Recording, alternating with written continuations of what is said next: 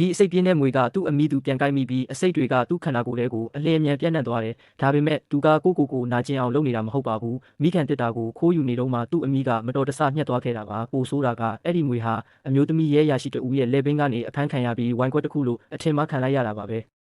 သူမဝိုင်းတငုံတောက်တော့မဲ့အချိန်မှာပဲသူ့ရဲ့ပီရန်ဟာဖရန်နာအဖွဲ့ဝင်တယောက်ကလူအများစိတ်ဝင်စားမှုကိုလွှဲဖယ်ဖို့တချင်းဆဆိုပါတော့တယ်ပီရန်ဟာတချင်းဆိုတာဘယ်လောက်ဆိုးလဲဆိုရင်ရဲမေဟာချက်ချင်းပဲဝိုင်းတောက်ဖို့စိတ်ပြတ်သွားပြီးငွေရဲ့လေပင်ကိုလှုပ်ပေးလိုက်ပါတယ်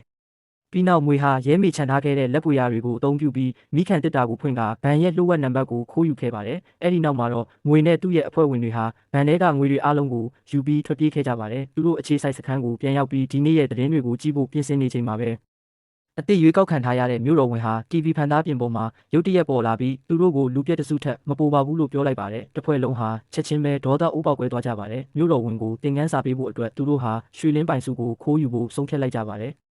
အဖွဲ့ဟာချက်ချင်းပဲရုပ်ဖြတ်ပြီးစုပေးပွဲအခမ်းအနားစီကိုဦးတည်သွားကြပါတယ်။လူတိုင်းမှာတာဝန်ကိုစီရှိကြတဲ့ဝန်ပုတ်တွေကောင်းဆောင်ကဝင်ခွင့်ကပ်ပြားကိုခိုးယူပြီးငွေကတော့နောက်ွယ်ကနေကူညီဖို့ရေမြောင်းထဲကနေသွားပါတယ်။ပီရန်ဟာကစပွဲတို့အဖြစ်ရုပ်ဖြတ်ထားပြီးငါးမန်းကတော့ချမ်းသာတဲ့လူကုန်ထမ်းအမျိုးသမီးတဦးအဖြစ်ဟန်ဆောင်ထားပါတယ်